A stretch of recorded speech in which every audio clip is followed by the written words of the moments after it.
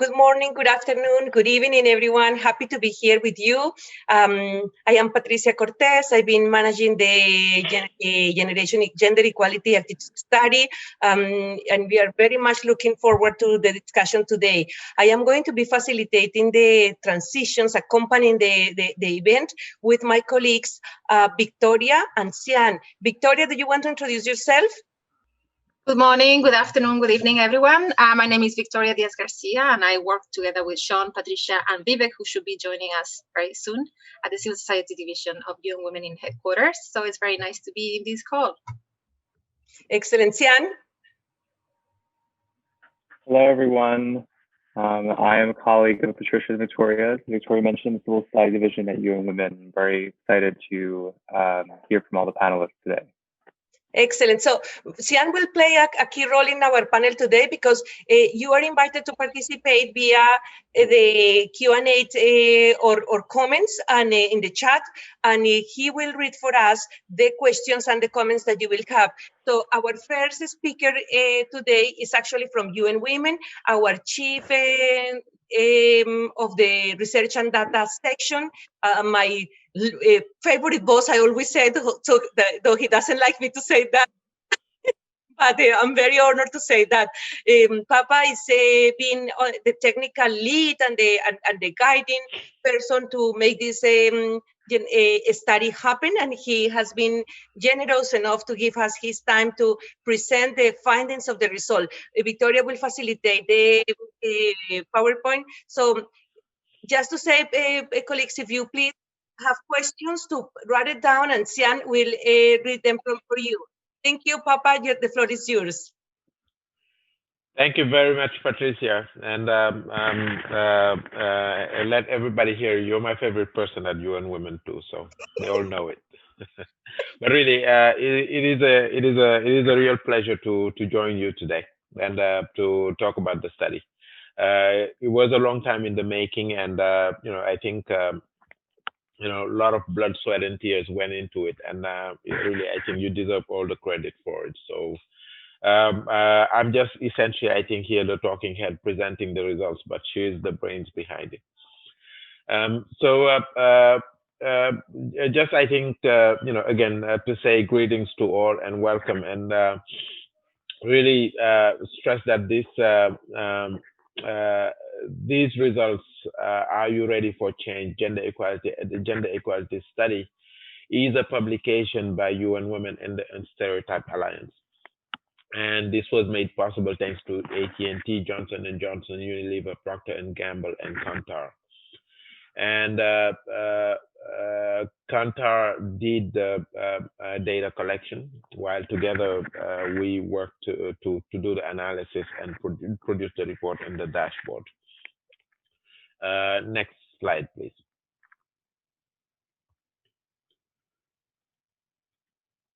The following one, yes, please. Yeah. So the study represents an evidence-based instrument that allows for leveraging attitudinal changes as a critical tactic towards accelerating the full and effective implementation of international commitments to gender equality and women's empowerment. It seeks to quantify the scale of the problem of harmful gender-based stereotypes, but also where we're seeing hope, and really to develop a greater understanding of the attitudes that need to be shifted to eliminate, to accelerate gender equality. Next slide, please. So this is a 10 country, not before, the slide before, please. Yeah, thank you. So this is a 10-country pilot phase of the study, and we've included Colombia, Kenya, Japan, India, Nigeria, Philippines, Sweden, Turkey, United Arab Emirates, and the United States. And for the second phase, we've included the original 10 countries, but also expanded it to a new cohort of 10 countries from different regions. Next slide, please. Papa, excuse me 1 second, Victoria. Colleagues are saying that the PowerPoint is not visible. I see it from my end. Can you not see it? Why does it?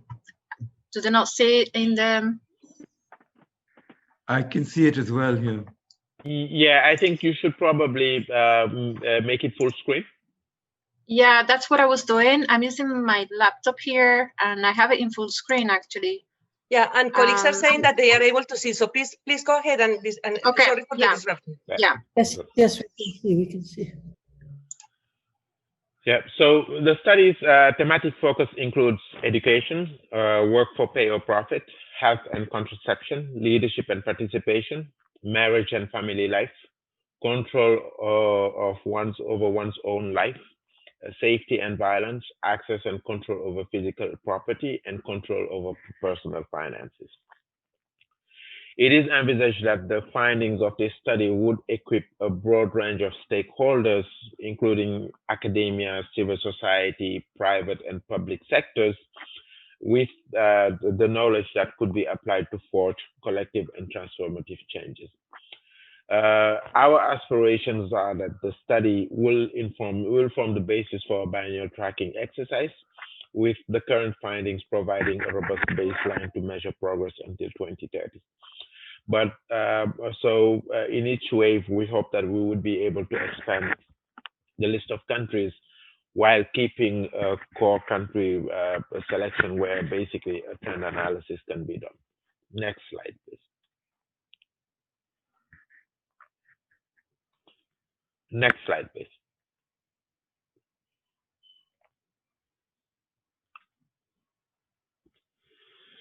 So we're really proud to present the results today of this groundbreaking study, and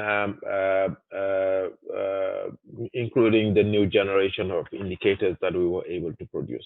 And we hope that this will open the door to new possibilities of analysis, awareness raising, advocacy, and policy making. The findings of the study contribute to our understanding of masculinities and the role of men and boys on challenging gender stereotypes, attitudes, and beliefs. The study will show how challenging it is to change attitudes. As with women, men also value gender equality as an aspiration.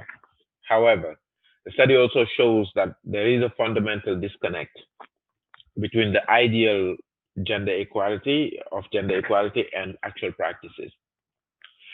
When it comes to future aspirations, people would respond that they are in favor of gender equality. Still, when it comes to implementation, decision making, and prioritization, the results are contradicting. And when we look at development indicators, development outcome indicators, we unfortunately see this sad reality reflected. So much remains to be done. We have to continue to push the boundaries, including by showing society a reflection of itself through data such as these surveys, which probably weren't possible not too long ago. Next slide, please. So I'll talk about now the key findings of the study. So there's an overwhelming consensus that gender equality is important for a country's success. There is great achievement, but believing in gender equality is not enough. The study also shows that stereotypes and nuances continue to drive personal decisions that are biased against women and girls. Next slide, please. So respondents across the 20 pilot countries are aware of gender inequalities faced by women across development dimensions. Gaps are perceived to be smaller or non-existent in access to basic services like education and health.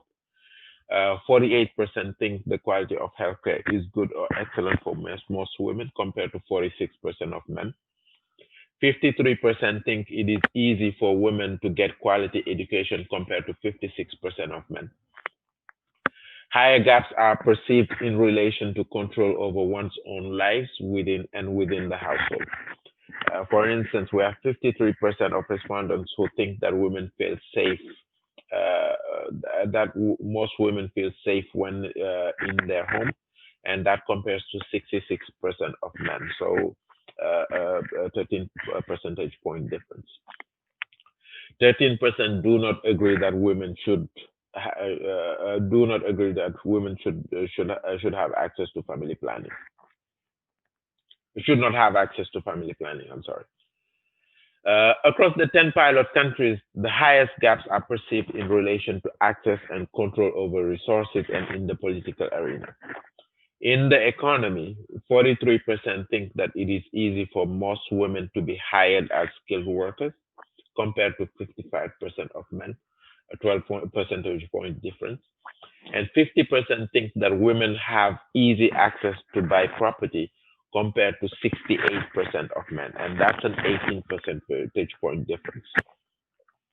In politics, 35% think that it is easy for women to run for elected office, and that compares to 63% of men. Next slide, please.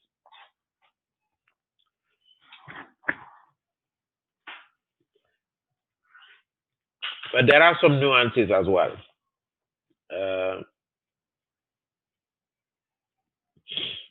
Across the 10 pilot countries, women do not have as much influence on the decision of who to marry. When already married or living in a partnership, women lose some control over their own bodies. But women and men recognize such differences.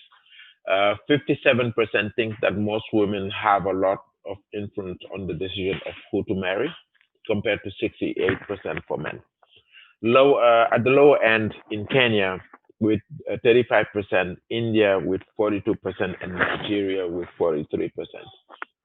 At the higher end, we have countries like the USA with 78%, Sweden with 75%, and the Philippines with 74%. Next slide, please.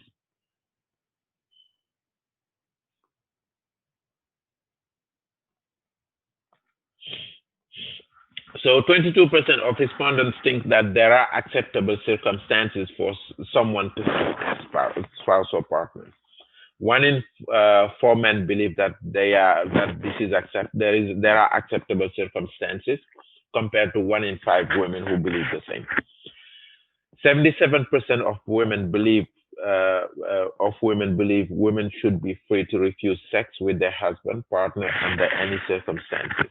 At the lower end, we have Nigeria with 40% and Kenya with 54%. And at the higher end, we have Sweden with 90% and the USA with 80%. And only 53% of respondents think most women feel moderately safe to very safe in their homes.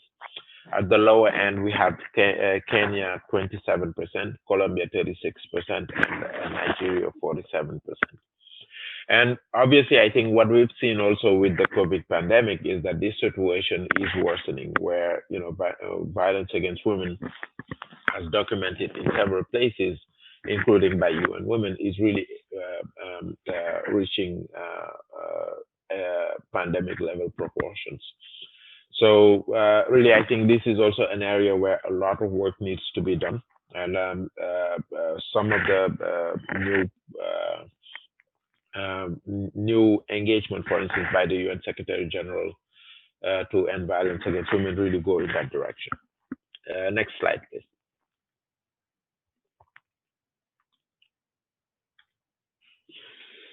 So opinions regarding family responsibilities in the household vary greatly by country. Overall, women are given more responsibility for the welfare of children. 2 in 5 respondents, both female and male, believe that when the mother works for pay, the children suffer. And this has, I think, important consequences on basically, particularly during COVID-19. And as we've seen, women are dropping out of the labor force with really high numbers. And I think it reflects also this division of labor within the household, which I think, unfortunately, could set us back years when it comes to women's participation in the workforce. Next slide, please.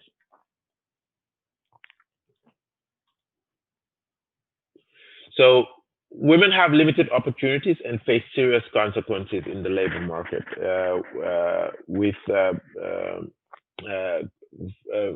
current and future consequences in terms of their career progression. Both women and men agree that it is more difficult for women than men to be hired as skilled workers. 43% of respondents think it is very easy for women to be hired as a skilled worker.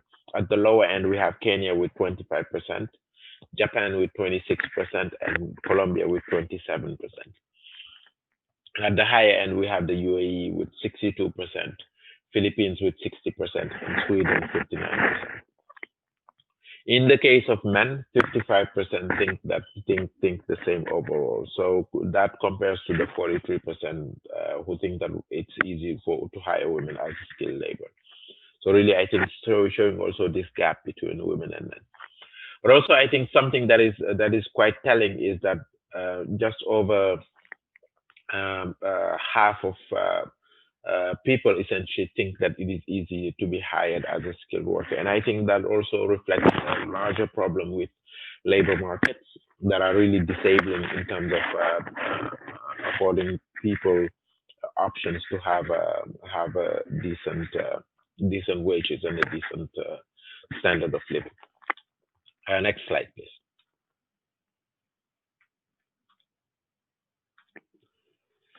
So women continue to be judged by how they look, and they are expected to restrict their behavior to be accepted or safe.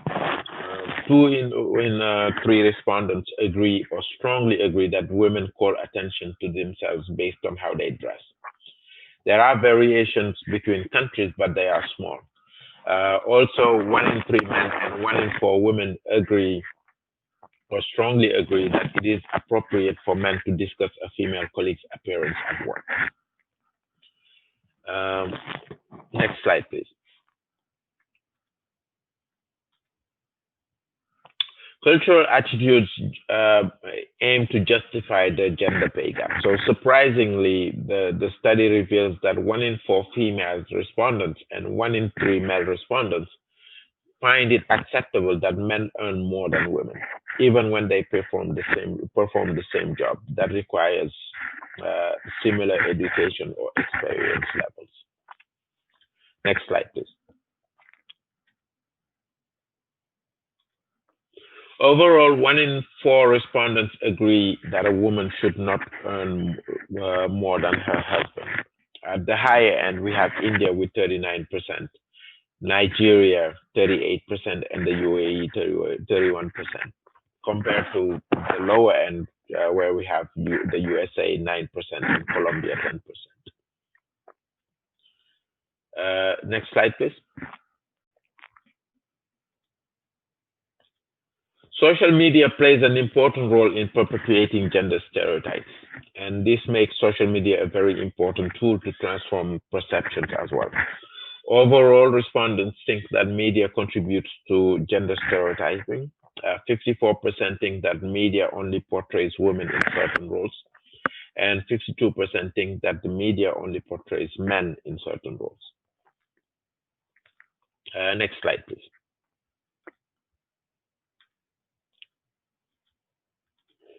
Respondents agree that women and men should be treated as equals, yet women are seen as having a more difficult path to political office.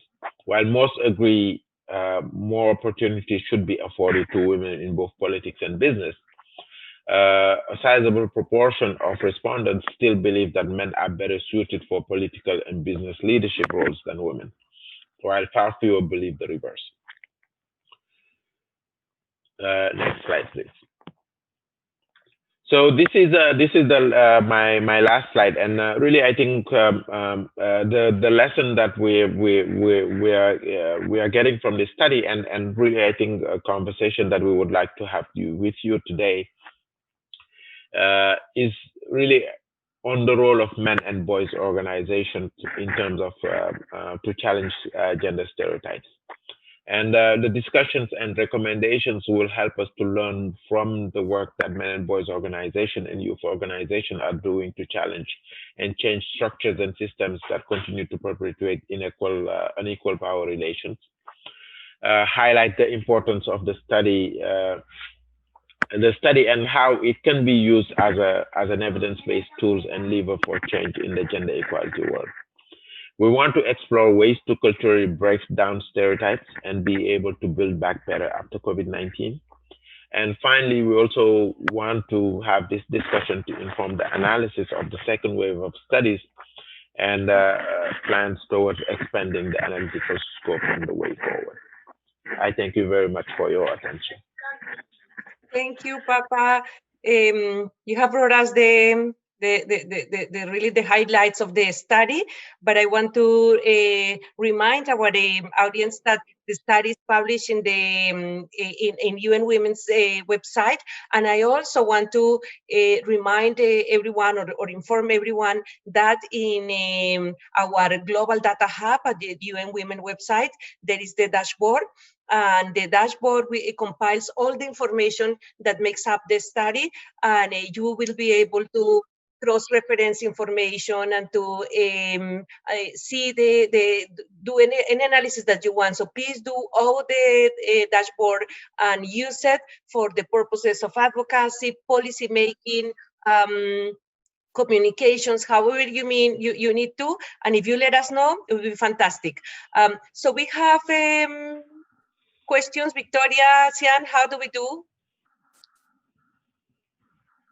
I invite colleagues, I invite our participants to participate via chat in any questions that you have.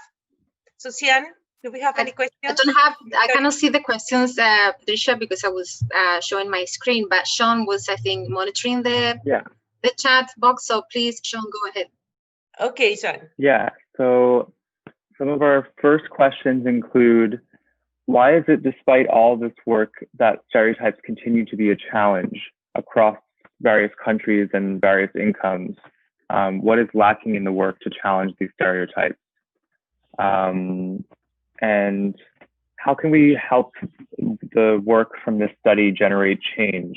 How can we use this data, like the data that we're seeing in this study, in our own advocacy work? So those are just a few that we can start with, if that works, Patricia. Yes, please. Papa, do you want to respond? Yeah, sure. And this is actually, I think, something that I would invite everybody to contribute to, because, again, I think the changing attitudes, norms and attitudes, I think is a challenge. And it starts at an early stage. There are several factors that come into it. For instance, just to give you a sense, I think the education system plays a huge role, but also, what happens in families. And those are just, I think, several important factors that that basically permeate. And we see that attitudes, can stay constant for a long time, but they are also dynamic in the sense that they can be influenced. And I think that's where, work really needs to be done in order to see basically what are those levers of change. I am a believer that essentially data can really help us to uncover what these challenges are, communicate them, and really, I think, again, as I said, have society, basically put a mirror in front of society about its own beliefs. Because some of these can be biases that are unconscious. And I think the more we document them, the more we talk to people about them, the more there are education campaigns and so on, the more we are basically able to change. But attitudes can shift dramatically, but they can also be stagnant for a long time. But really, I think I would invite everybody on this webinar to really contribute to this question, because again, it's been a question for the ages that we've been trying to solve for a long time. Fantastic. Maybe do we want to do a very quick?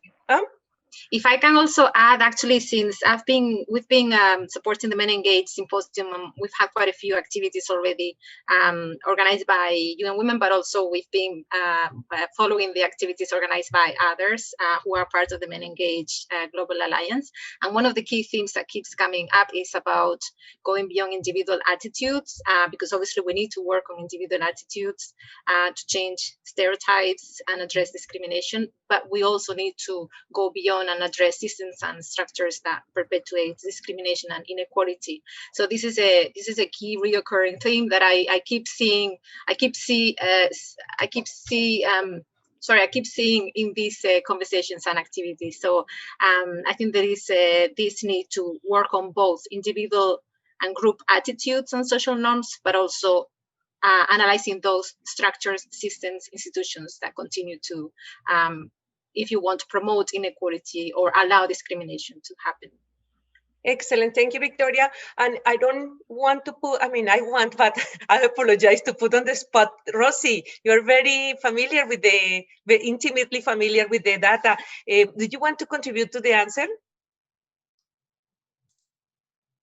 Yes. Sorry, I was just trying to get my mic on. Yeah, thank you, everyone. And I'm joining the panel a little bit later, so I can talk further about this. I think one of the things that we've seen through the survey itself, but also other data that I've been involved in collecting, looking at topics such as violence against women, is that there are some really deep-seated beliefs here, and I think we do have to recognise that they will take a long time to change. If I think about something like violence against women, for example, when we explore the underlying attitudes, we do see a multitude of motivators, essentially, that make it very difficult to change these deep-seated attitudes.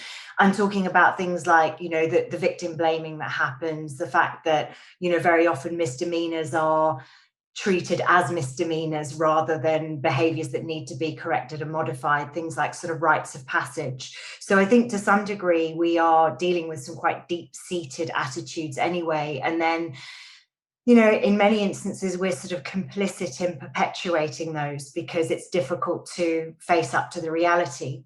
So in terms of how we change some of these, there is a huge responsibility on us all to really deeply understand some of the underlying heuristics that underpin these behaviors, and then sort of take action there. So, as Papa has described, these sorts of studies shine a light on what's going on, but to really address these, we have to go even further and to understand what's below that surface and then address it from that level. Excellent. Thank you, Rosie. Sian, do we have any other questions? Yes, we do actually. So one critical question here is, how do we expand studies like these beyond the binaries? I'm assuming in this case of men and women. And how were the countries chosen for this particular study, and which other countries will we include in future iterations? For example, are there plans to analyze data from other regions, such as the MENA region? And I think that would be good to discuss now. Okay, yeah. Papa, do you want to answer? Yeah, so perhaps I can take the question about the binaries, and maybe Patricia, I think you'd be best placed to talk about the choice of countries and yes. how can we expand them. So on the question about binaries, of course, I think that is possible. So it is definitely possible to expand the questions to cover not just biological sex. I think where we might have a little bit of a technical challenges would be in terms of basically categorizing people in groups. So where I think you might have there are some questions about, for instance, attitudes towards towards non-binaries and so on. one thing that we will struggle with is basically being able to categorize respondents based on non-binaries. And one of the reasons is that I think when it comes to statistical methods, we have not advanced that far yet. So there are several countries, for instance, that have included intersex population or in their census. But by and large, one of the problems is, by and large, this is still at the experimental stage in most countries. So a lot of work, I think, needs to be done. And there is already a lot of work in terms of trying to study how to include non-binary distinctions in surveys. But it is still, I think, at the study and experimental stage. Thank you, Papa. Yes, so now with regards to the countries, we have worked in two cohorts. The first one is of 10 countries, including Colombia, India, Japan, Kenya, Nigeria, Philippines, Sweden, Turkey, the Emirates, and USA. So this is the results that Papa has presented to us today. And now we have expanded to other 10 countries. Very quickly, Austria, Brazil, China, France, Mexico, Poland, Senegal, South Africa, Spain, and Vietnam. And why these countries? Because our partner, Kantar, has, we basically work from the universe of countries in which Kantar has panels, or had at the beginning where we made the arrangement. And the idea has been to try to balance from different regions, but also from different levels of development. So that's exactly the exercise that we have done. Try to make it as inclusive, as representative as possible, given that our total space is of 48 countries, at least for the time being. Yeah, I think that this is the response, and we will fundraise. We are hoping that we will be successful in that, and we can do the next iteration in 2022.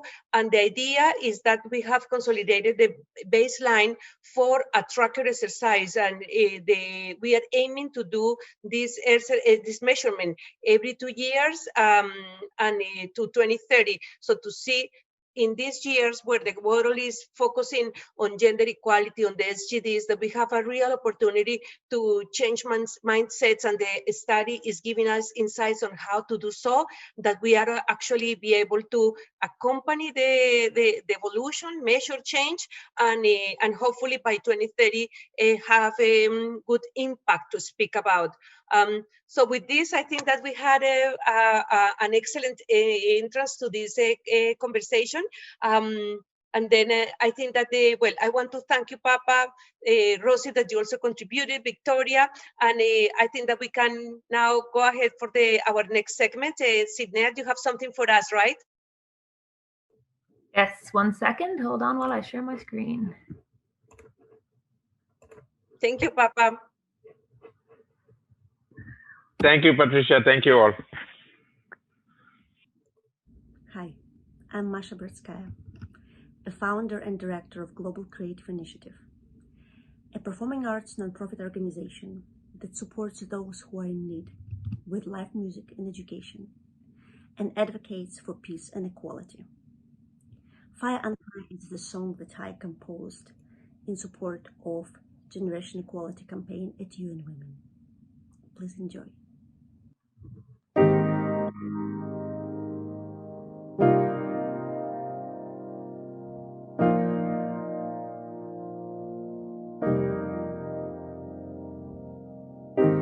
Where do we go from now? What do we say out loud? Fire on fire, fire on fire. They wanna break it down, they wanna make you cry. Fire on fire, fire on fire.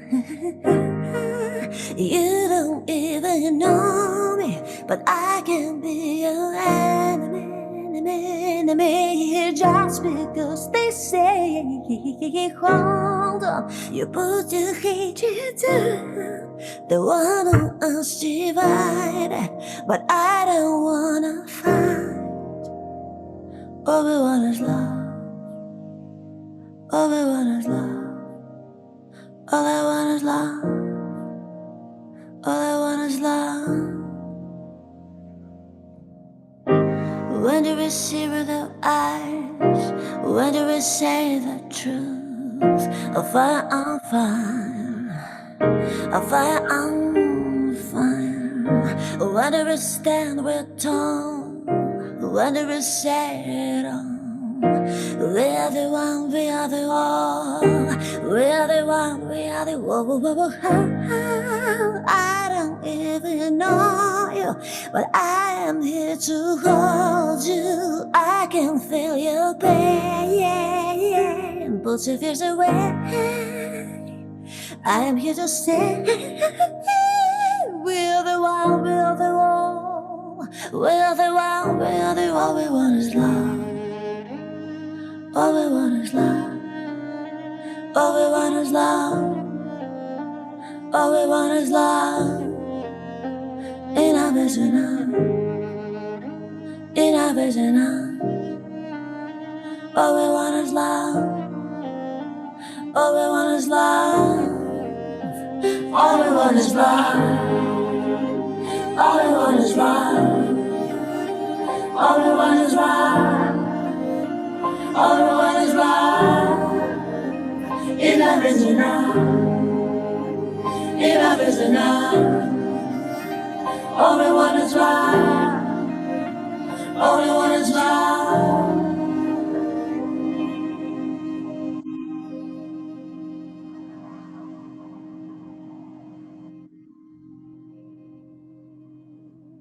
Fire on Fire, produced by Maria Broskaya.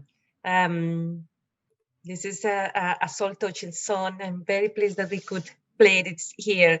I guess in the morning, in the afternoon, something that we like to relax and do is to have a cup of tea. And we have here two friends of mine who want to have a cup of tea with us. Houry and Julieta, you're here. Thank you so much for inviting us, Patricia. Totally, I'm so excited to be here.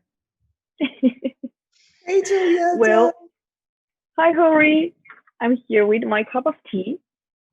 Actually, this is such a pretty special cup of tea. This is from my mom, since this exists way before I was born. So here it is with me. Special.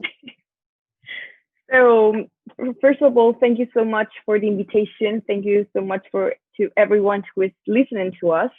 Maybe, Houry, to get into a more personal conversation, maybe we could give a quick presentation and maybe talk about when was the first time you start to get familiar with the new concepts like new masculinities, for example, and of course the idea of what's the role of men in the way to achieve gender equality. Fantastic. First of all, I am so honored. I look truly up to you. As a 17-year-old from Chile, I feel like I'm almost 60. And I found my voice a little bit later in life.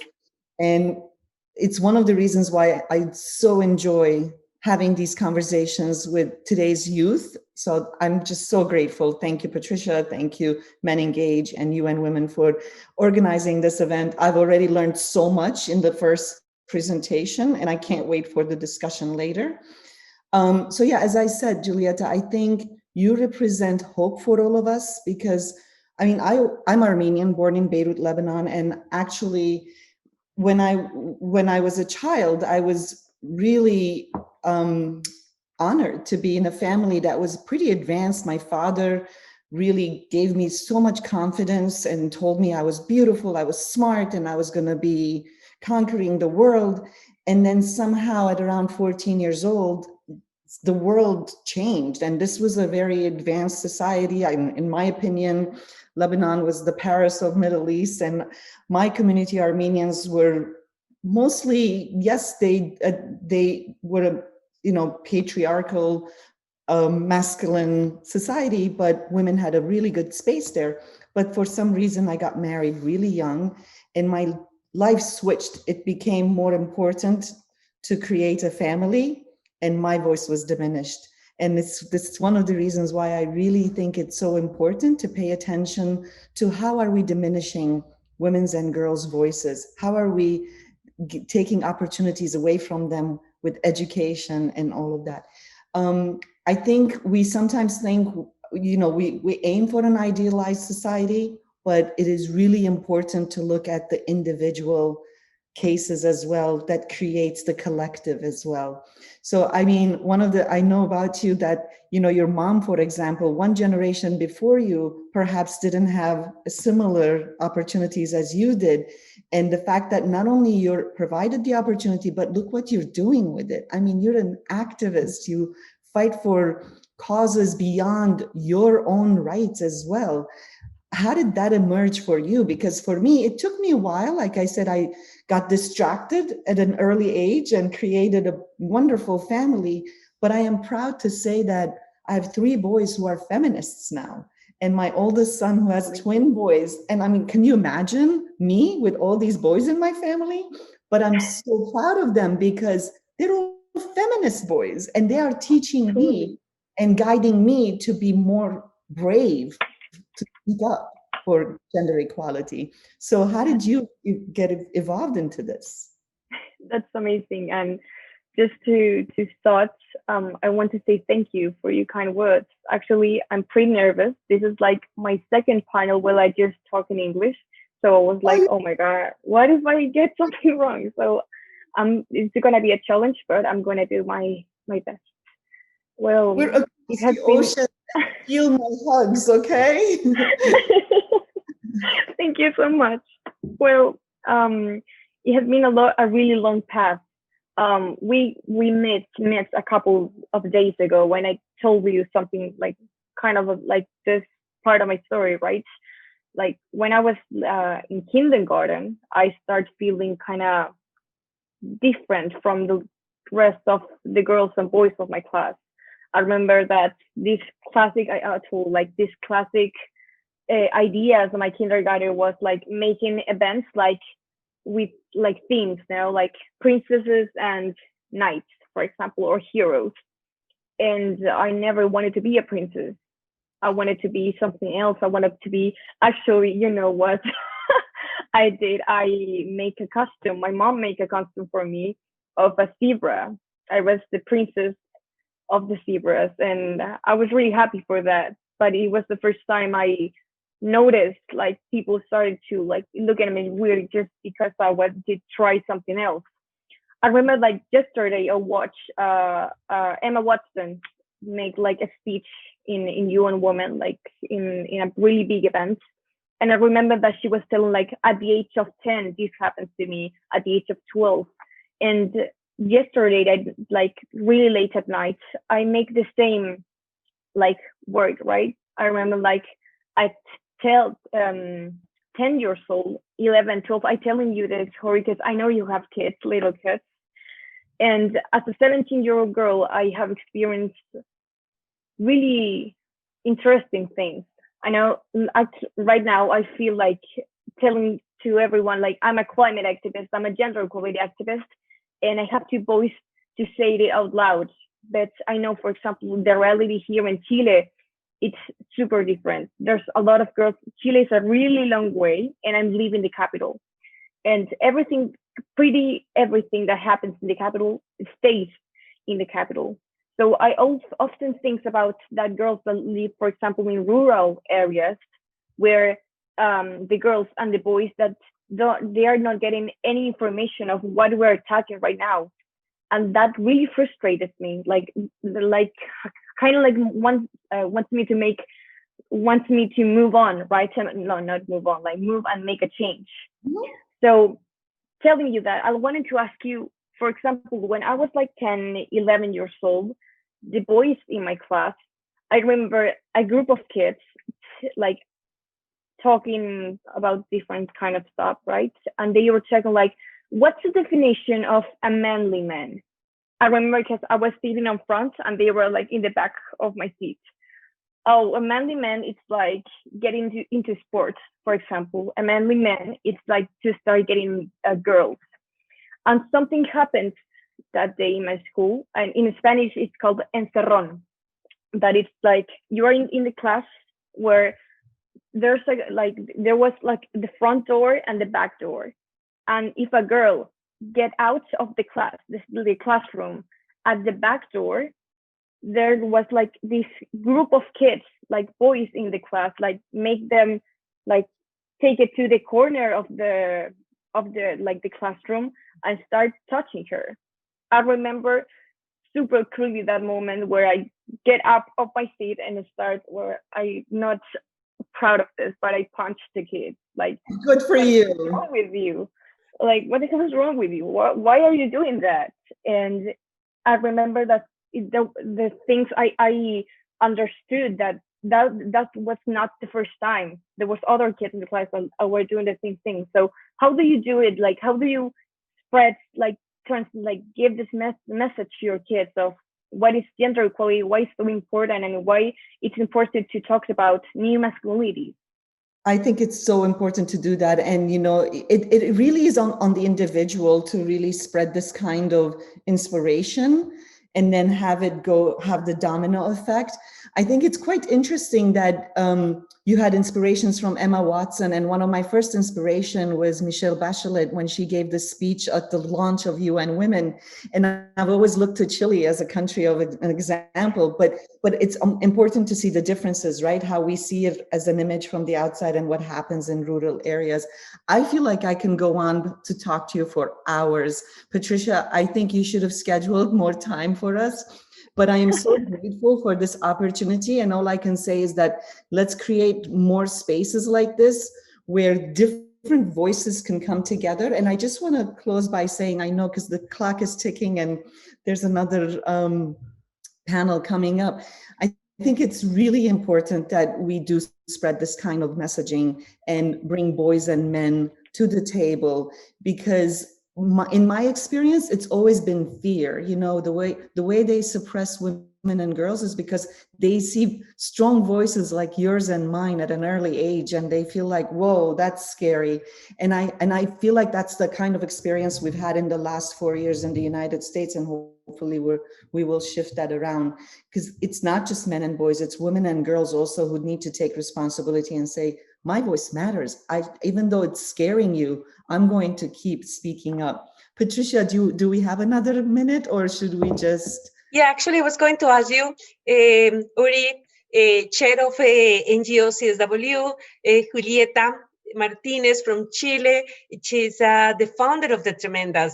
You've been in activism for such a long time, both of you, even and despite the difference of age, and you have found yourselves through feminism.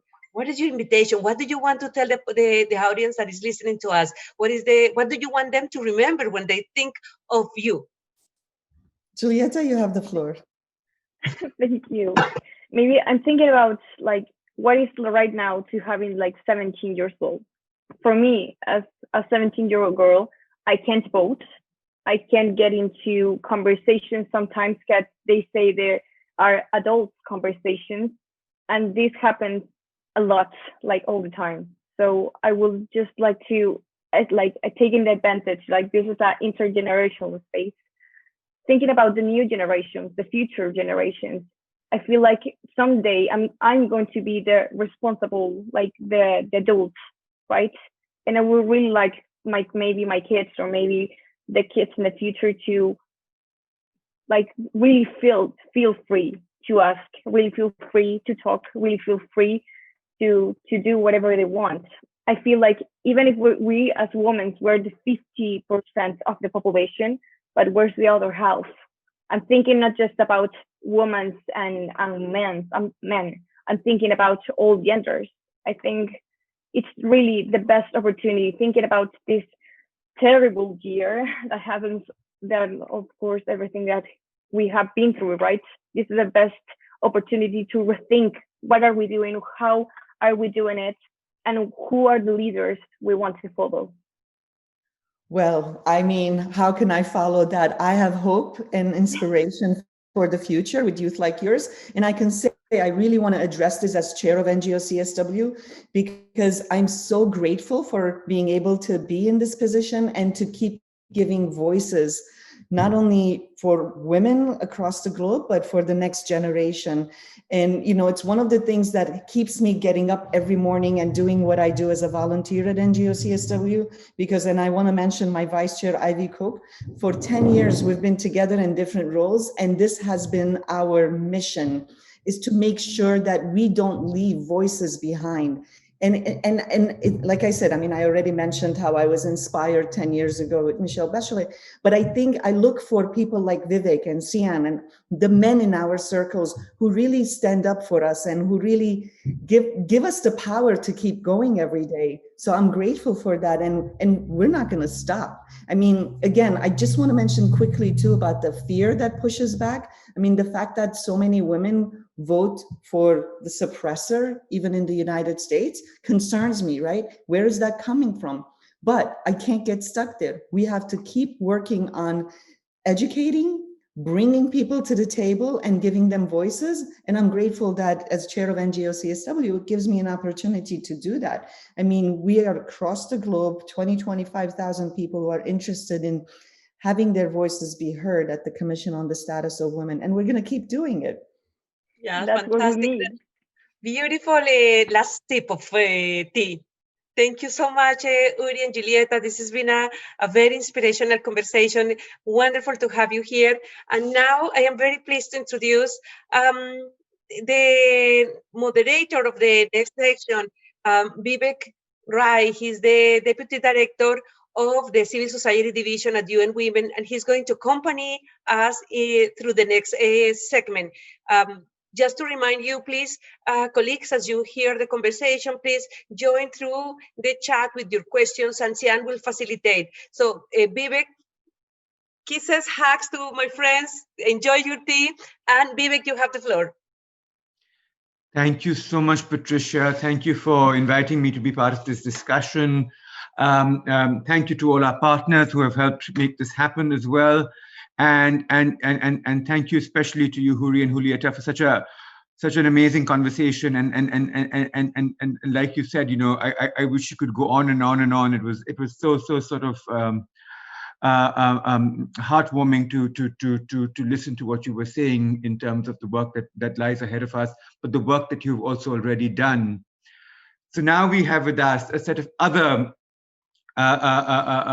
passionate sort of feminists who will walk with us in terms of talking about the work that they have been doing in terms of carrying this work forward.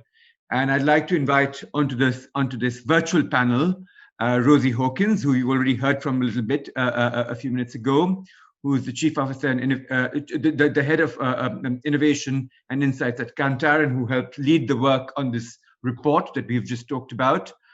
Darren Paul Katigbak, the Catholic Bishops' Conference of the Philippines. Priscilla Usibaifo from the Brave Art Initiative for Youth and Women in the Edo State of Nigeria. And finally, Lina Abou-Habib, who is from the Asfari Institute from the American University of Beirut. Thank you all for joining this conversation. And before I start asking questions of these colleagues, let me again remind the audience who's here with us to use the chat below to engage in the conversation, to ask questions. I will ask this panel a set of questions, but then I'll open up the floor for you to be able to also ask them questions. And it would be great for the panelists to not only talk about the questions that I'm raising, but also to reference the discussions that have taken place, whether it's Houry and Julieta or what Papa had talked about earlier. So let me start with you, Rosie, who was our partner on developing the study on gender equality attitudes.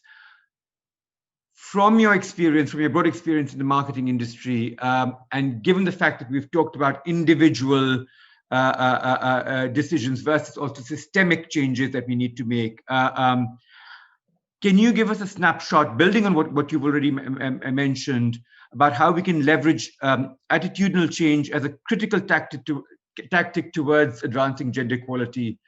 What are the things that you've seen that work, and what do you specifically think are like game changers in such efforts to bring about change? Thank you. That's a big question to start with. I think I do come from the corporate world, and so a lot of the work that I'm doing is looking at the role that brands and corporations can play. And I'm thinking about that from a number of different angles. There's the what we can all do in the workplace, and I was inspired just listening to Julieta and Houry's conversation around what we can each do in our worlds. And I lead quite a big team in Kantar. I've got 150 people reporting to me. We're gender balanced at all levels of seniority, and I take that very seriously. And I make sure that I call out behavior. We talked about the importance of the individual in that last conversation. And I make sure that I call out behavior that I think is inappropriate, however uncomfortable that can be. And it is difficult. It is uncomfortable to do that at times, but I think it's important. So I think from a personal perspective, I think I'm very conscious of what we can each do in our lives. And actually, that's what we're trying to apply into brands and corporations as well through the work that we're doing with UN Women and the Unstereotype Alliance, because brands and businesses make choices every day about what they do. They make choices about who they hire, about who they promote, the teams that they put together, and really importantly, things like who they put in their advertising. And so a lot of the work that we're doing, we as Kantar, but we with the Unstereotype Alliance, is recognizing that there is a real disconnect at the moment between the way marketers view the content that they're putting out and how representative they think that content is, and actually the consumer perspective. And I know sometimes you could look at advertising and maybe not take it as seriously as it is, but we're bombarded with these messages. We're bombarded with these images all the time. And what too much advertising does is it might not be promoting harmful gender stereotypes, but it's not promoting progressive gender stereotypes. And in not promoting progressive gender stereotypes, you are implicitly supporting the status quo. And so that's the kind of work that we're involved in. And I really do believe that can be a game changer, because that representation matters. If you see yourself in an ad, or someone like you in an ad, or a positive role model, Houry and Julieta talked about role models. If you see yourself represented, that can be a game changer. I could go on about this at length, so I'm going to pause and let you talk to the other panelists. Thanks so much, Rosie. And that's such an important sort of like point that you've also made. I come from India. And I know that, which, as you probably know, has a huge, but also by virtue of the study that you've conducted there, has a huge advertising industry. And it's been interesting in terms of some of the progressive choices that a few brands and a few advertising entities have started to take in terms of gender equality very specifically, and also going back to the earlier point where Papa was asked to sort of comment, on even looking at gender equality in terms of non-binaries. And it has really shifted the conversation. There's also been a lot of backlash, as you can imagine, but this is, as you can, it's an iterative process, isn't it? But the fact that it's allowed for that conversation to start taking place, I think is absolutely critical. So I would actually invite other panel members also to address that specific question. But going on to you, Darren, now, building on what we heard earlier from the study, there is a we can see this sort of like almost like a dichotomy between what we are seeing as the ideal of gender equality in terms of people, what people are saying, and then the actual implementation and the practice of it. So, attitudes are showing that, X number of people believe that gender equality is good for the future of the world. But at the same time, we continue to see the practices that we do. From your perspective, from the work that your organization is doing in terms of challenging power relationships, in terms of challenging gender negative stereotypes, what do you think is the way forward in order, from your particular experience, for us to be able to change attitudes? Thank you so much, Vivek, for that question. Let me just introduce myself really quick. By the way, my name is Darren Paul. You can call me Paul for short. I'm also a member of the Generation Equality Task Force, and I've worked with the Catholic Bishops' Conference in the Philippines, and I've worked for them for the last 5 years. I guess I'm going to start with a little bit of my personal story, why I did end up with the Catholic bishops or in a faith-based organization. So during my childhood, it has always been my mother. I consider my mother as my hero. And I still remember her saying to me that in order to serve and help others, you need to show a little bit of love, and that remains in my mind after graduation, after taking up my MA, and it has always been my inspiration. And upon entering the church, I found out that in order to create change, the perfect place is to go to the church or to work for them. So upon entering the church, I have a mission already on my mind, and that mission is to evangelize them and to change their minds and make sure for them to realize that gender equality, women empowerment is very important. So and for the last 5 years that has been my work. Let me just share you a little bit of the works that we have been doing in the church, primarily bishops. Sorry, I can hear some sound. Yeah. Yes, I'm just going to continue. Colleagues who are not speaking, if they could just mute themselves, please. Thank you so much. Yeah. Thank you, Vivek. So let me just continue with my experiences working in a male-dominant sector, which is the Catholic Church. So let me just start by saying that I'm also lucky that my boss is not only a priest. He's also a doctor and by profession. So before going to, before entering the church, my immediate boss is already a doctor, and he knows the importance of healthcare programs, of different public health concerns, and also gender equality and women empowerment. I think that I wanted to highlight that one of the most important things that really works for me is having a boss that's a little bit liberated in terms of programming and also pushing for gender equality. And then the second one, what really works for us is the art of dialogue. I don't know for others, but let me just discuss a little bit of dialogue. So dialogue is basically an inclusive process that entails learning, but also transforming the way people talk, feel, think, and communicate with others. And we've been doing dialogue through different sensitization programs with different religious leaders, traditional leaders, and also members of the public. And we're not only engaging religious leaders, but also the different types of men in the grassroots level.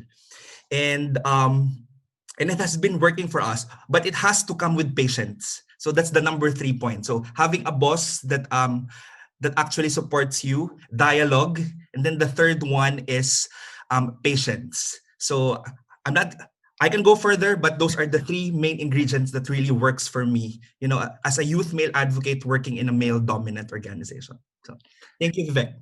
Thank you so much, Darren Paul. And that's very, very powerful. And it also speaks a lot to the work that we are trying to do at UN Women about engaging progressive faith-based organizations and activists, if I can call them that, like you, to bring that sort of like that this element of work into that discussion around the intersections of faith and gender equality, which is very, very, very critical. Priscilla, you have a long history of working on issues of sexual and reproductive rights. You also have a lot of strong views. We were together in Tunisia. I know you have a lot of strong views on the role of men and boys in the work around gender equality. So I'd like you to sort of address those, but I think it would be also good for you to pick up on the point that was made earlier by Julieta as well, on how you see this work advancing in terms of whether it's a divide that you see, and I'm using that term very loosely, but the differences between urban and rural settings and the impact that this has on the work that you're trying to do. So over to you, Priscilla. Priscilla, you're muted. If you can just... Okay. Perfect. We can hear you. Okay. Good afternoon. My name is Priscilla Usiobaifo, and I'm happy to connect right from my rural community where we have a lot of internet challenges. So this has not been easy, but here I am. I just want to ride on with what Vivek asked, using the word divide. I think what we need to do at this point is a honest evaluation of the approaches we've used over the years. As activists, as donors, as funders, as programmers, we have invested largely on the urban society. Almost every program in Nigeria are focused in urban cities, even when the evidence shows that most of the work is at the rural communities. Oftentimes you hear employees of donor agencies and foundations give reasons why they can't go to a particular community. They tell you it's unsafe, the hotels are unclean. People give you basic excuses. Yes, for safety, you can understand we should prioritize security. But when someone tells you that the reason they can't go to a particular community is because of the hotel rooms, but some of us are right there in those communities every day doing the work. So we need to begin to question ourselves as development workers. What are our priorities? Are our priorities the mundane things, or our priorities should be about saving lives? Because if we really want to save lives, we should be able to put those initial sacrifices that we had. Recently, I began to question why we had so much paradigm shift in sacrificial and passionate work among the feminist movement in Nigeria. I looked at the women that were in Beijing 25 years ago, the kind of mindset they took to Beijing. They have no donor funding for the work they were doing. These women were rural, rugged, vibrant activists, and they did phenomenal work. Now for Brevat, one thing we have done is a net mapping. And I encourage all of us to consistently review our net mapping skills. We did a situational analysis and we discovered that some of the stakeholders and custodians of patriarchy in our communities remain the traditional rulers. And that is where you saw that our shift came as an organization. Vivek, I was in court yesterday for one of our rape cases. We lost that case in court. Now, I am not sad that we lost, because we didn't lose because of no support. We lost because of certain technicalities. But for that case, we had all the traditional support that we needed. For me, that is progress. That is the kind of change that we want. In our communities, every traditional ruler is a gatekeeper. So we pay attention to the work that these gatekeepers do. When you look at the traditional council, across the chieftain councils all over the country, this is not just specific to Edo State. Oftentimes, it is the men. You go there for a community meeting, you call it a community entry meeting, sometimes you call it an advocacy. And who are the advocates there? Men. And tomorrow you begin to wonder why your programs are not succeeding. So whosoever is gatekeeper, you need to start from them. I remember during our work on HIV and AIDS, we focused on interpersonal communication. Today, every donor is targeting policy. Everybody is looking at policy and laws, policies and laws. Yes, policies are good, but we know that behavioral change is more difficult. So people are actually running after policy because it's a quick fix for them. A donor agency wants to quickly dump something on policy so that in 3 months, he will say, oh, I supported Edo State to develop a VAP law. But why won't you want to invest on 5-year behavioral change, which will lead to the root cause and address those root issues that we'll continue to have? So we need to do a honest evaluation of the way we do things if we really desire true change from the work that we do. Thank you so much, Priscilla, for that very, very, very sort of clear and sobering thought. And also building on the idea of what Darren Paul also spoke about, the idea of dialogue and reaching out directly to the people who are the gatekeepers of the progress that we are trying to achieve. So thank you for that.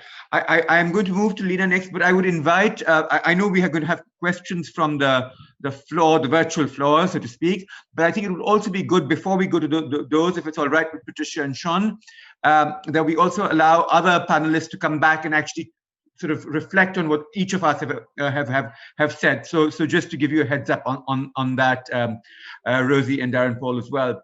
Yes, please. Very good, Vivek. Please go ahead and have others to participate. We still have some time, so please go ahead. Thanks. Thank you so much, Patricia. Thanks so much. Lina, you are a feminist. You have worked in civil society for many years. You are a researcher. You're engaging in education. From your perspective, just building on, when we were talking about this difference between individual efforts and then systemic efforts in terms of how we want to advance the work that we are doing. From your perspective, Rosie talked about the private sector and how we're going to, bringing about change in the private sector. Can you talk a little bit about, in terms of maybe the education system as another structure, which we need to sort of bring about sort of significant structural changes in terms of how we are educating people in terms of the textual sort of work that exists and how that can help shift attitudes towards gender equality? You're muted, Lina. It happens every time. Thank you so much, Vivek, and it's lovely to be with you again and to see you again. And thank you for me and Priscilla were together and with Patricia in Tunis, so this is a replica of that. Exactly, indeed. Indeed, it's a replica of this. And thank you for mentioning the education system, because I was really going to take it as a case in point based on my own engagement during the past year. But if you allow me, just because there was something that came up very, very clearly, which was obviously from what from the presentation in the beginning, there has been a shift in perception, and I'm sure, unfortunately, we don't have baseline data similar data from 20 years ago to compare, but nevertheless, those of us who at least have been around, we know that the current perceptions that the study captured were not prevailing perceptions 20 or 30 years ago, or even before Beijing. So that shift is real. We can touch it. It's tangible. Why hasn't it been accompanied by a shift in attitudes?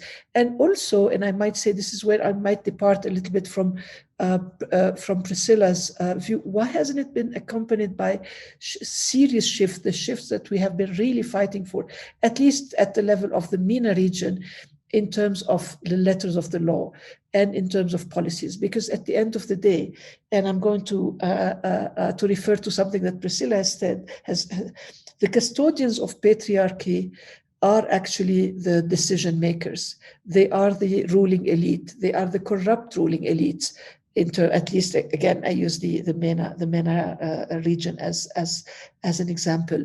And this is where I think a shift is starting, at least in this, well, I'm not in my region now, I'm in Mexico City, but in my region, because, and we've seen this in the revolutions, especially what we're calling the second wave of the revolution. So Lebanon, Iraq, Algeria, Sudan. And that shift is amazing, because at the forefront of or revolutions for change are actually the demands of the feminists, the demands of young people, the demands of the LGBTQ community, the demands of migrants and displaced people, displaced women especially. So there's been actually, in the ways the social movement has been brewing in this region, there's been a serious shift in terms of who's framing the demands and who's at the forefront and who's calling out who.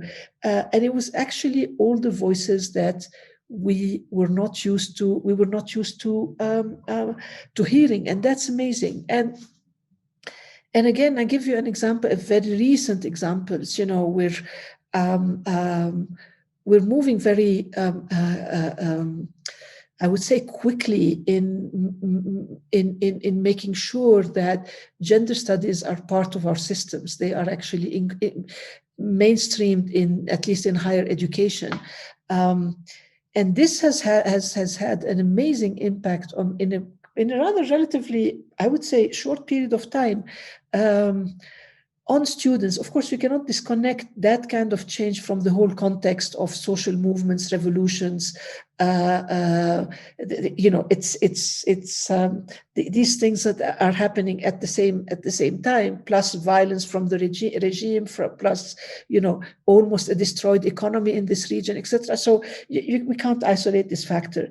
But what I can tell you is that creating spaces for discussions around gender, definitely beyond the binary, for looking at power relations and how these power relations can and should be disrupted, has had a major impact on young people, maybe slightly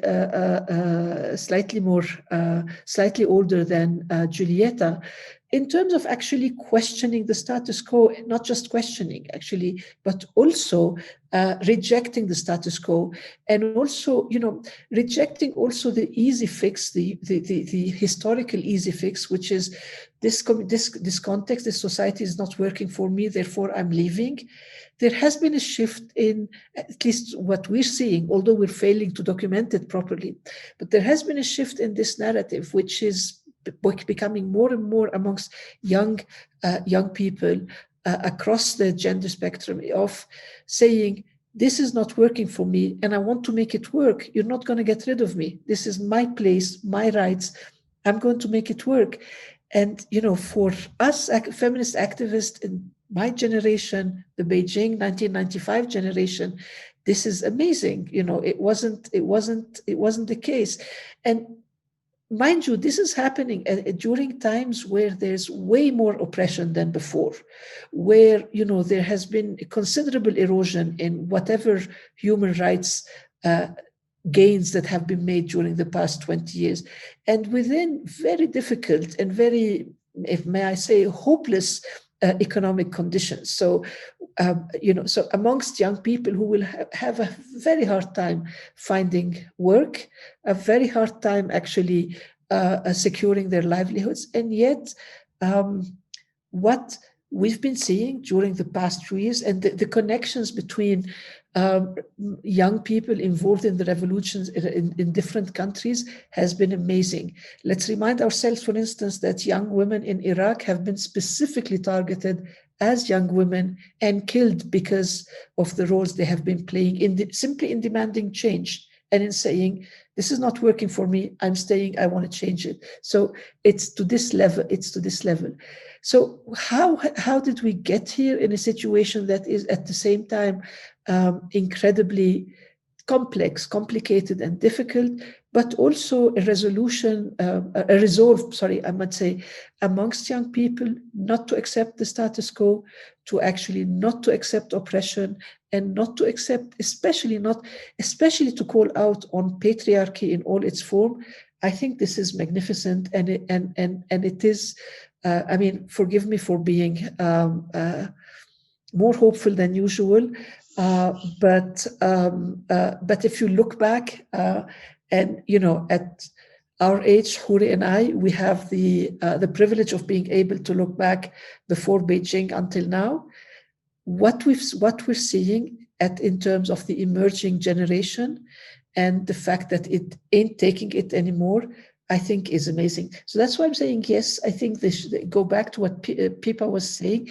These shifts are real in perceptions, in the ways, and I think one of the main, and I'll stop there, one of the main achievements of feminist movements have been to make this shift in perception, have been to take issues that have been taboo for decades and decades and bringing them to the public domain and to the political domain, and to make them issues of social dialogue, no longer issues, that you don't want to talk about. And I think this is where people like Julieta and others give us hope in terms of the next step, Thank you. Thanks so much, Lina. Thank you so much for that. Patricia, do we have time to do a little reflection? I think that we have, maybe we can listen to the questions if there are, and then we can have a last round and we finish. So, Sian, do we have questions? Yes, we have a few that I can start us off with. You can summarize it and then we will take it forward. Sure. So first we have a question around civil society. So how do we reach communities where there is not a strong civil society presence or CSOs working on the ground?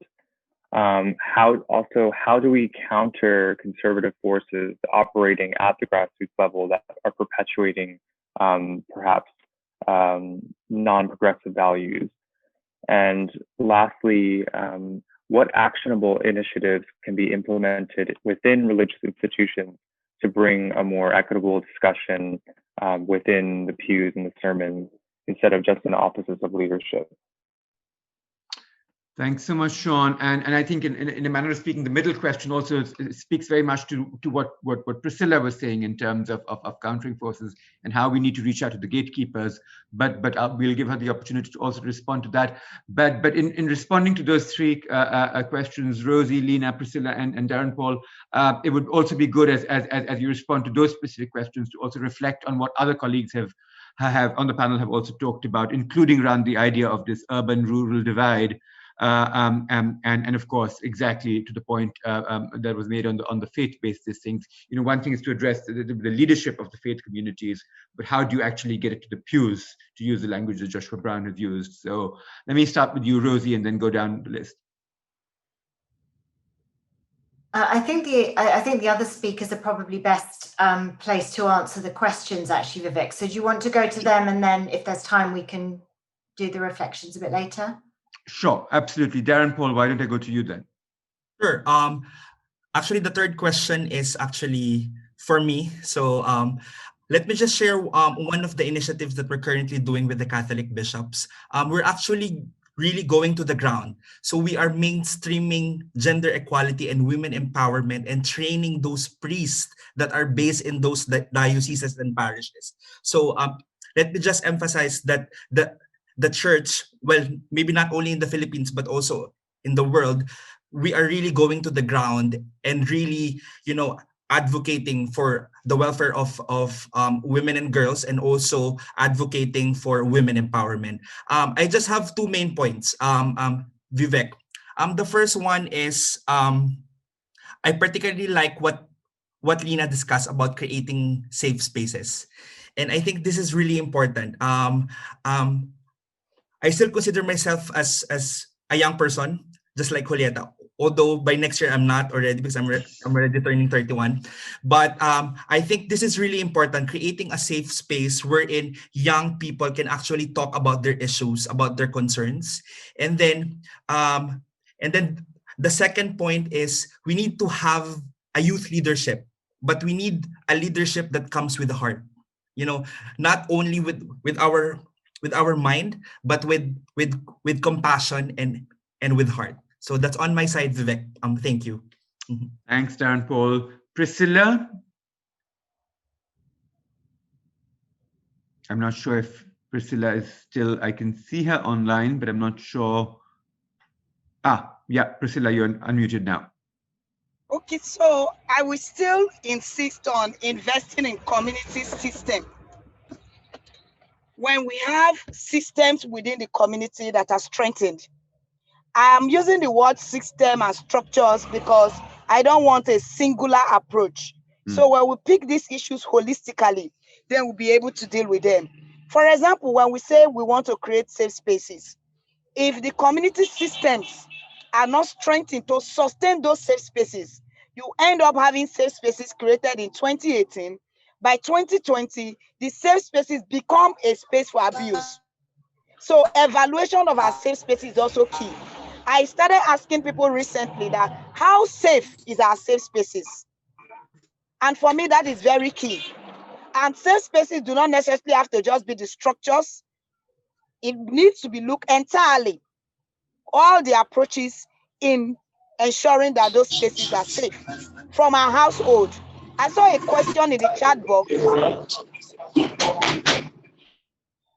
There was a question in the chat box that asked us how we could prevent fathers from sexually abusing their children in both rural and urban settings.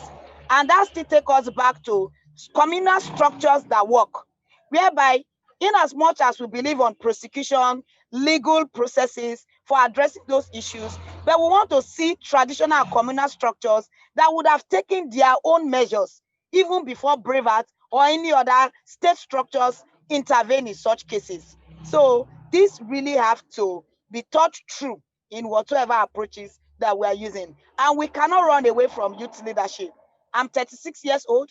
I am raising 23-year-old to take over from me already. We need more younger people to lead this work that we are doing. More young people need to be in these spaces, not being in the space as a recipient, but being in the space as leaders, leading those changes that we are clamoring for. Thank you so much, Priscilla, and absolutely true, very, very true in terms of the youth leadership work, and that's something which UN Women is also committed to. So we look forward to working with you and Darren Paul as we go forward, but also continuing to learn from I'm sure she won't mind if I say the wisdom that Lina and Houry and colleagues bring to the table. But over to you, Lina, for reflections on what has just been said.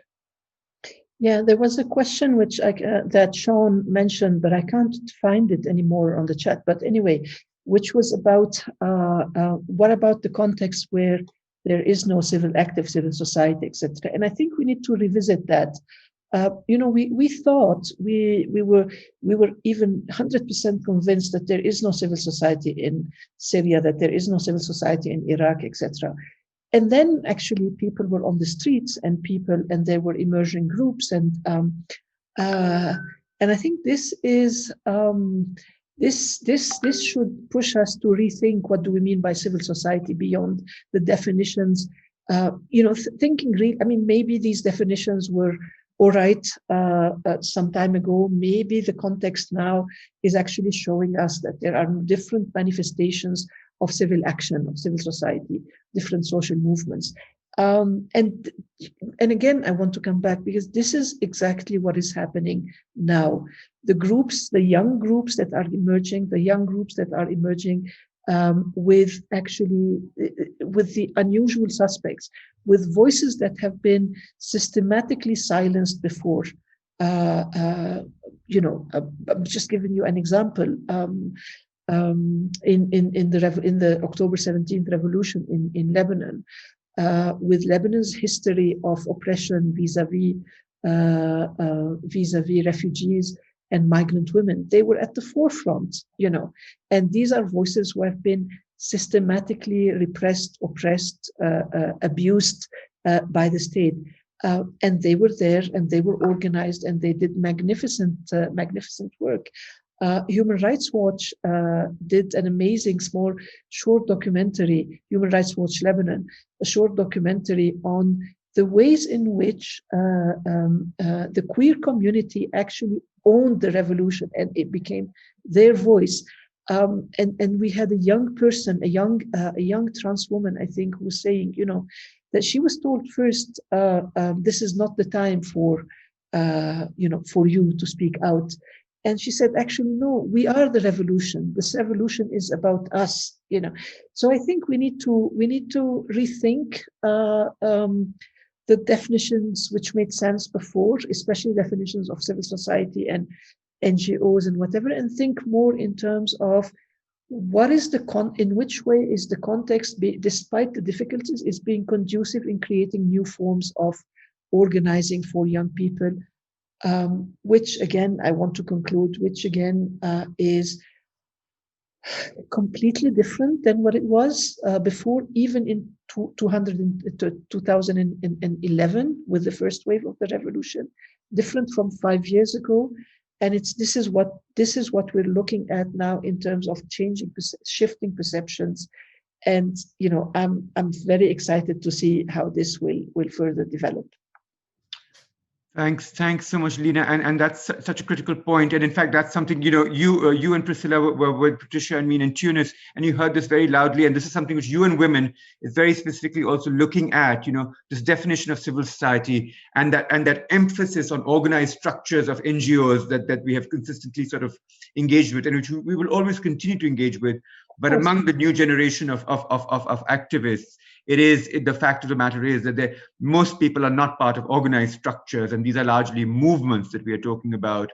And how do we actually work, including within our own structures, to the point that Priscilla was making, as development workers, how do we make sure, that we don't focus on urban areas, but also look at rural areas, but also as development actors, how do we ensure that we work and support, including with resources, not just the organized sector, but also the movements that have come into place, which are driving these changes.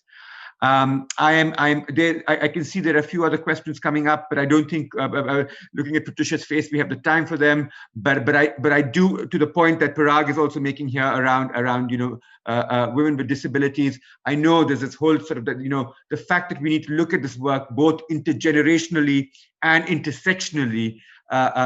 Is absolutely critical. Again, Patricia, do we have time for Rosie to just sort of reflect on how what we've heard today can impact the work that is going on, the ongoing work that's going on in the additional countries? Please go ahead. I think that we have still a little bit of very stretched time, but we can hear. We are delighted to hear Rosie. Thanks so much. Thanks, Vivek. And actually, I think that's you heard Papa taking us through the results of the pilot work that we did with the gender equality attitude study. We've just finished field work for the 2020 results. And I think it's important to reflect on that, because of course we were doing this during a global pandemic. And, we know that the global pandemic has been particularly hard on disenfranchised communities all around the world. It's been particularly hard on women. The work that we've been doing both with UN Women and separately shows that women have been disproportionately affected by what's been going on with the global pandemic in terms of the impact on their household income, their stress levels, there's higher unemployment. And we will be able to look at the 2020 results through that lens, which I think will be really important. But also, as has been discussed today, through intersectionality and particularly the rural, urban, which we do collect. We're not able to do very much, taking the conversation right back to the beginning around non-binaries. As Papa said, there is legally we can't ask those questions in certain countries, so we can't always even collect the data. So we're a little more limited in terms of what we can do there, but Patricia and I are talking about what we can do to potentially add, a bit more richness there.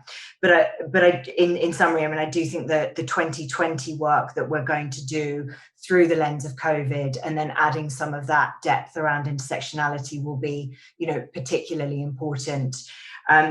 And as I say, we know that COVID has been difficult and has disproportionately affected women. And I think all of the work that we've talked about today and everyone's contributed is just even more critical in these moments because of what we are facing as a global community. Thank you so much, Rosie, and thank you to the entire panel. And over to you, Patricia. Thank you so much. I just want to thank. I am very pleased to have all of you here. This has been a testament of what it means to work across sectors, across ages, to bring all of us together into the same conversation and in the same level of breaking the stereotypes of hierarchies. So bravo to all of us, bravo to our speakers. It's been a fascinating morning. I just want to thank every one of you. thank our audiences, and thank MenEngage for having given us the opportunity to bring the study.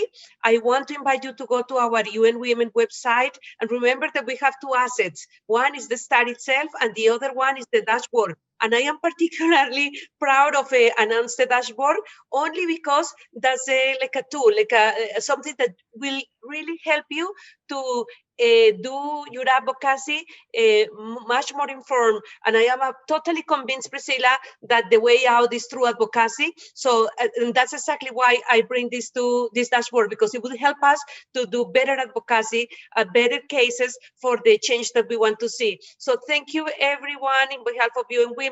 Victoria, Sian, and myself are delighted to be here with you.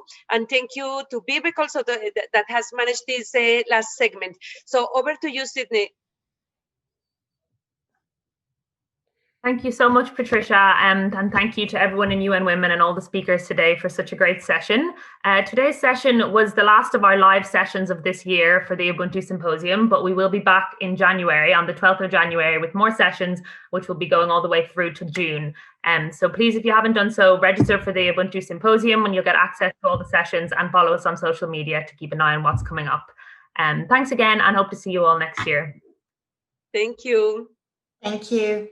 Everyone. And happy holidays. Happy holidays to all. Yes, bye-bye. Thank you. Happy holidays. Blessed Christmas.